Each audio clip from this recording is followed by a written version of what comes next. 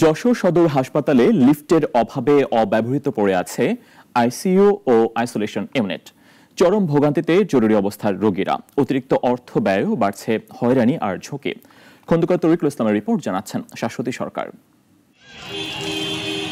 করোনাকালে অনেকটা তড়িঘড়ি করেই যশোর সদর হাসপাতালের পুরুষ সার্জারি ওয়ার্ডকে অস্থায়ী আইসিইউ ইউনিটে রূপান্তর করা হয়। পরে করোনারি কেয়ার ইউনিটের 4 তলায় স্থায়ীভাবে তা স্থানান্তর করা হয়। 10 শয্যার আইসিইউ ইউনিটের পাশাপাশি 20 শয্যার আইসোলেশন ইউনিটও স্থাপিত হয় সেখানে।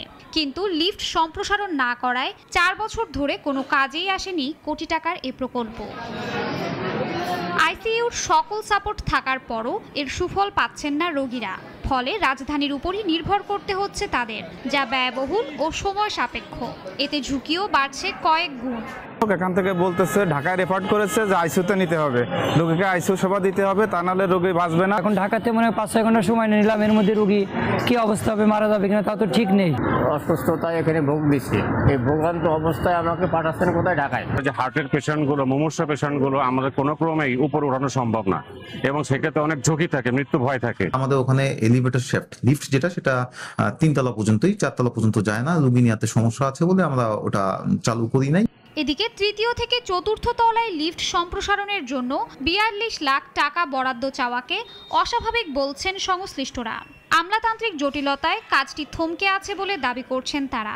ক্রিয়েটিভ ইঞ্জিনিয়ার্স হচ্ছে একমাত্র পরিবেশক সুইজারল্যান্ডের এই শিনলার লিফটটি বাংলাদেশে স্থাপন করার ক্ষেত্রে। তো আমাদের আসলে দ্বিতীয় এখানে কোনো অন্য কোনো ভেন্ডরের কাছে যাওয়ার আসলে আমাদের এই মুহূর্তে সুযোগ নাই। স্বাস্থ্যসেবার মান উন্নয়নে দ্রুত লিফটটি সম্প্রসারণের আশ্বাস দিয়েছেন জেলা প্রশাসক। এই বিষয়টা নিয়ে আমরা সরকার দৃষ্টি আকর্ষণ করব। সরকার নিশ্চয়ই এই বিষয়টা নিয়ে ভালো একটা সিদ্ধান্ত দিবেন। তাছাড়া যদি স্থানীয়ভাবে আমরা জেলা পরিষদ হোক বা অন্য কোনো মাধ্যমে যদি এটা আমরা সংস্কার করার বা উন্নয়ন করার একটা সুযোগ পাই, তাহলে আমরা সেই ব্যবস্থা।